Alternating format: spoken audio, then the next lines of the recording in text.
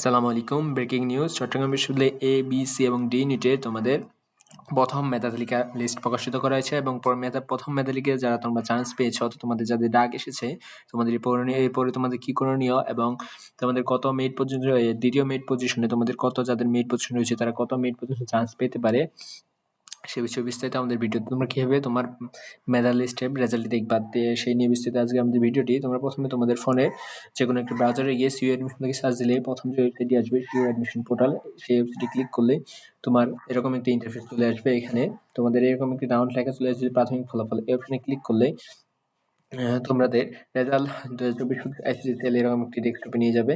এখানে তোমরা unit first view call এই অপশনে ক্লিক করলে তোমরা তোমাদের রেজাল্টটি দেখতে পারবে।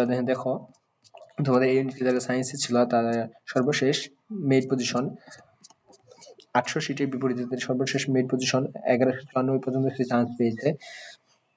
ঠিক সেম তোমাদের বি ইউনিটেও এরকম, ধর বি ইউনিটে যার মেরিট পজিশন হিস্ট্রি কোটায় কোটায় কি যে বলে হিন্দু কোটায় 1620 ছিল, সেই সংখ্যক পেয়েছে এবং নর্মাল জেনারেলি তোমাদের 690 সিটের বিপরীতে তোমাদের 726 জন মেরিট পজিশন সে চান্স পেয়েছে।